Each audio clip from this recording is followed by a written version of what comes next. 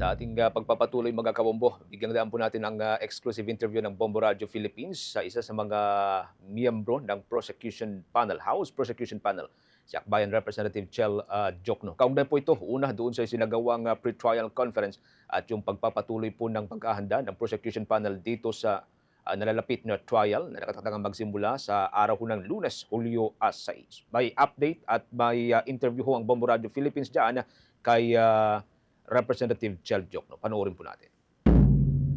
Unahin ko po doon sa nangyari na pre-trial briefing, pre-trial conference. Kamusta po ito? So far, ano pong nangyari dito? Well, unang-una, hello sa lahat ng mga kabombo natin at maraming salamat sa pagkakataon na makasama ko kayo. Ang pre-trial ay talagang bahagi ng isang paglilitis ng kaso. At ang nangyari nung nag-pre-trial po kami ay nagkaroon ng pagmamarka ng mga exhibit o yung mga ebidensya. Pinag-usapan din namin yung mga issue, kung ano yung mga ilalatag na issue sa ating impeachment court at yung ibang mga bagay para mapabilis ang mismong trial o paglitis ng kaso. How crucial is this stage para po sa kabuang pag-usad ng kaso? Well, kailangan ang pre-trial para mas mabilis yung mismong paglilitis. Kasi kung halimbawa sa trial na natin mamarkahan ng mga ebidensya, halos ang dami kasi noon, umaabot ng over 800 ang exhibits, ay lalo pang magtatagal ang trial. Kaya maigi na rin na magkaroon ng pre-trial. Kung umabot kasi ng 5 araw yung markings pa lang sa pre-trial po, expected niyo po ba na hahaba ito ng ganito? O may parang during the pre-trial, merong mga hindi unexpected kayo na hindi na sama dun sa paghahanda, yung mga ganong bagay po kung bakit siya humaba ng ganito? Well, expected namin yung sa panig ng prosecution kung ano yung mga imamarka namin na exhibits. Nung nakita namin yung pre-trial brief ng Counsel for the Respondents, marami kaming nakita noon na halos magkapareho yung tinatawag namin sa batas na common exhibits. Kaya akala namin medyo mas bibilis ang pagmamarka dahil pag common, pwedeng isang papel na lang yung mamarkahan. Yun lang, ang naging kagustuhan ng defense ay markahan ng hiwalay yung kanilang dokumento. So kumbaga, we had to mark our own even if common siya at sila rin nag-mark din. Follow up ko lang dun po kasi during the pre-trial, parang may mga bali-balita din na medyo nagkaroon nga ng misunderstanding doon sa loob po since it's a closed-door meeting po and also nagkasagutan daw. Anong masasabi nyo dito na someone na nasa loob po? Kasi yun yung parang tinitignan din po ng publiko natin kung ano ba nangyari doon sa pagmamarkings nga po. Well, unang-una natural yon sa isang paglilitis kahit sa pre-trial ay mag-iiba ang opinion at pananaw ng magkabilang panig. Yan ay expected natin yan. Anumang klaseng court case yan. Hindi lang sa impeachment court, pati sa mga husgado natin. At natural din na magkakaroon ng mga issue na hindi nagkasasang-ayunan ang magkabilang panig. Pero klaro ko lang kasi minsan ang dami mga kumalat na kung ano-anong fake news. Wala pong nilamon nung hearing na yon. Wala naman nangyari na hindi kaganda-ganda. Basta't magkaroon ng exchange of opinions. At iklaro ko rin, walang nanalo, walang natalo at walang natatalo at walang nananalo sa pre-trial dahil ang clerk of court, hindi naman siya nagpapasya. Ang ating clerk of court ay pinapakinggan lang niya yung parehong panig, ino-note niya lahat ng mga sinasabi at ibibigay niya sa impeachment court. Pero doon po sa extent ng kompromisa doon sa mga ebidensya, kung nabanggit ninyo walang nananalo doon sa mga ganoon, pero somehow wala namang na-compromise na evidence ng prosecution panel. Well, as far as we are concerned, wala kaming nakitang pagko-compromise either sa aming exhibits at ebidensya o sa ibang mga bagay. May mga ebidensya po bang ipresenta ang defense na ikinagulat po ninyo? Wala naman. Yun nga yung isang dahilan kung bakit nagkakaroon ng pag-submit ng pre-trial brief at saka yung pagkakaroon ng pre-trial conference para nga wala ng sorpresa, lalong-lalo na pag mismong nalitis na yung kaso. Opo, sa part ng defense, although nagkaroon na po dati mga series of hearings sa lower house via Justice Committee, napansin po ba ninyo kung meron silang ikinagulat na ipresenta ninyo na evidence? Wala rin naman kami napansin na ganon. Kasi alam din naman nila yung mga exhibits namin dahil sa aming articles of impeachment at sa pre-trial brief. Kung yung sa ebidensyang hawak kasi ng both sides, no, ng prosecution as well as defense, inaasahan po ba ninyo na hahaba yung trial kay Vice President Sara Duterte? Kasi kung i-compare siya dun sa corona impeachment trial nga po, umabot ng 44 days. So sa inyo po, sa end nyo, base doon sa paglalatag nga po ng ebidensya, mas mahaba pa po ba dito ang aasahan natin na days for the impeachment trial? Mahirap sabihin. Magiging depende rin yan sa magiging pasya ng ating impeachment court. Kasi nasa kanila yung kapangyarihan na magsabi sa amin, magkabilang panig, kung bibilisan ba namin dapat ang pagpepresenta o iiksian ba namin yung mga testigo. Yan ang mga bagay na mangyayari pa lang pag nasa trial na tayo, pag nagsimula ang trial sa July 6. Ngayon, yung sana naman ay matapos agad itong kaso natin. At handa naman ang prosecution kung ano man ang magiging judgment ng ating impeachment court. Na siyempre, sundin ito at ilatag ang ebidensya sa pinakamaayos at pinakamabilis na para. Follow up ko lang dyan po kasi di ba parang ang magiging schedule kasi parang sa isang linggo may Monday, Tuesday na magiging part ng trial ko. Hindi ba makaka-apekto ito doon sa usual talaga na trabaho po, lalo na nung ating sa prosecution side, no, bilang mga mambabatas, medyo magkakaroon ng adjustment kasi kung sa side ng Senate parang Thursday, Friday lang po makakapag-work talaga yung mga committee hearings. Sa end po ng sa House of Representatives, paano po ito makaka-apekto or tuloy pa rin po ba yung pagtatrabaho nyo ng Thursday, Friday? Well, ang pagkaalam ko, ang trial ay iko-conduct ng Senate Impeachment Court Monday, Tuesday, Wednesday. Simula ng 2:00 ng hapon. Maaring umabot yan hanggang gabi. As I understand it, ang mga sessions ng Senate gagawin nila sa morning. Ngayon, sa amin naman, syempre, ayaw din namin maantala yung aming trabaho bilang mga mambabatas. Yung magiging challenge lang sa amin, syempre, yung mga sessions natin sa House of Representatives ay hapon. Pero at least yung mga committee meetings and hearings, that happens either in the morning of session days, Monday, Tuesday, Wednesday, o kung minsan Thursday, o kahit Friday pa nga. So I want to make sure that lahat ng mga fina-file natin na panukala ay tuloy-tuloy yung pagproseso sa kanila. Just a follow-up dyan kung ano.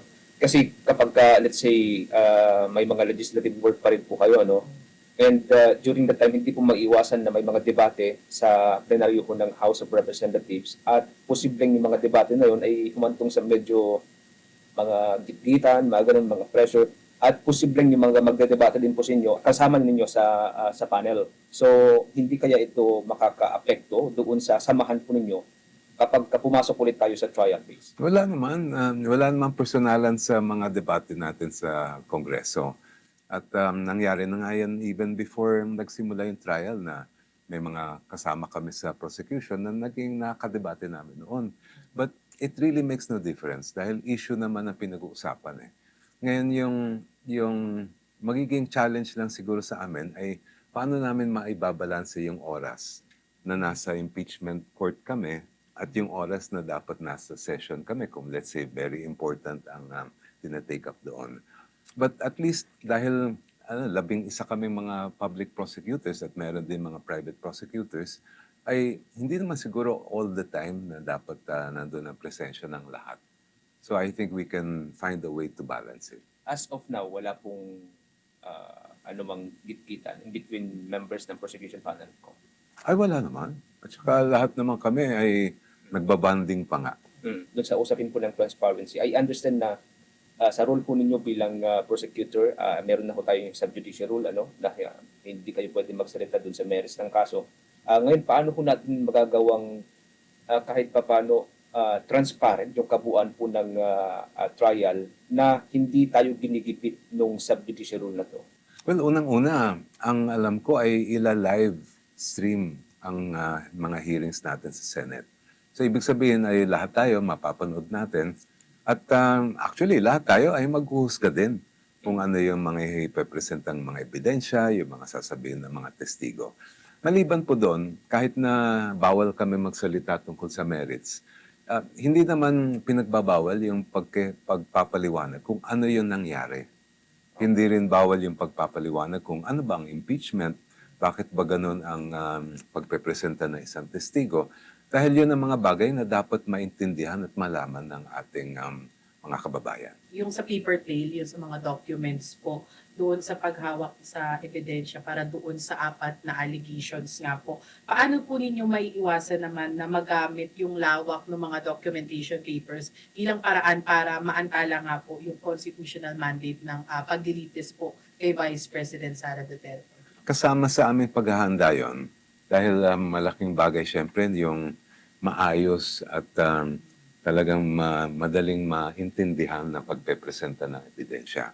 Wala namang pinagkaiba yan sa court case na dapat pati sa korte natin ay maintindihan agad ng maestrado at lahat ng mga andon kung bakit ba natin iuupo itong testigo, ano bang gagawin ng testigong ito, bakit mahalaga itong ebidensya. At the end of the entire process, magkakaroon naman ng closing statement ang parehong panig. So doon natin may pagsasama-sama yung lahat ng ebidensya at lahat ng argumento ng magkabilang panig. Sa kabuuan po ng pre-trial conference kung may inasahan pa po ba tayo? Kasi sabi po ni Secretary Bantog, it's possible na magkaroon pa muli ng pre-trial conference kung sasabihin ng impeachment court na bubuksan yung green box. Well, ganito yung nagiging proseso sa korte. Usually, pagharap ng mga abogado sa pre-trial conference sa harap ng maestrado, sasabihin niya na mag-marking muna kayo sa harap ng clerk of court. Lahat ng mga issues, i-simplify ninyo, sabihin niyo na yung mga testigo ninyo, at yung mga ibang bagay para mapabilis ang kaso. Pag natapos ang clerk of court, magbibigay siya ng report doon sa judge o set of judges. At maaring tawagin kami ng mga judge o dito sa mga impeachment court para maayos pa lalo yung magiging pagpepresenta ng ebidensya. So there is a possibility na the impeachment court will call us, baka pwede mangyari sa July 6, para yung mga ibang bagay na hindi na resolba sa harap ng clerk of court ay ma-resolba sa harap ng impeachment court.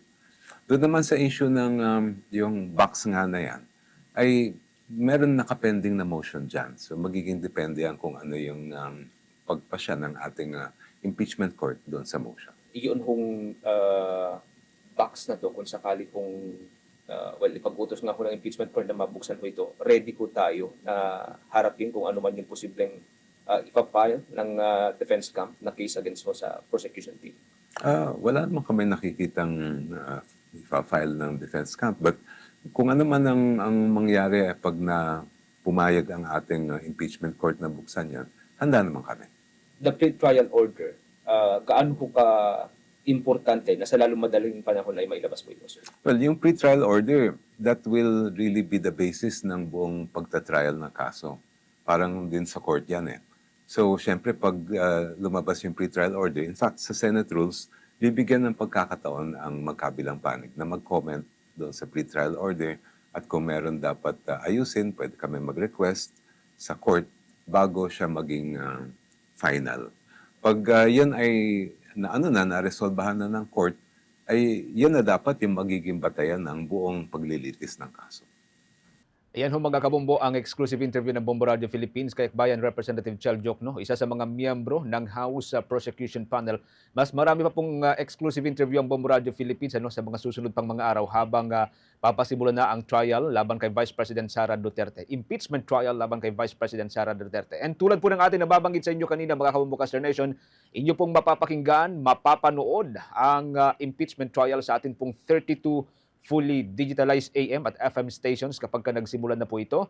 Magkakaroon po tayo ng mga special coverage, special program para ho dito. And of course, hindi rin po mawawala ang regular program, regular newscast ng Bombo Radio Philippines at ng Star FM. Kaya antabay lamang po mga kabombo, pwede po ninyo kaming i-follow sa amin pong Facebook, sa amin pong YouTube page, even sa TikTok. Pwede rin po ninyong i-download ang Bombo Radio mobile app at ang www.bomboradio.com. Lahat po niyan mga kabombo, pwede kayong makapag-access para masubaybayan po natin ang magiging impeachment trial laban sa pangalawang Pangulo.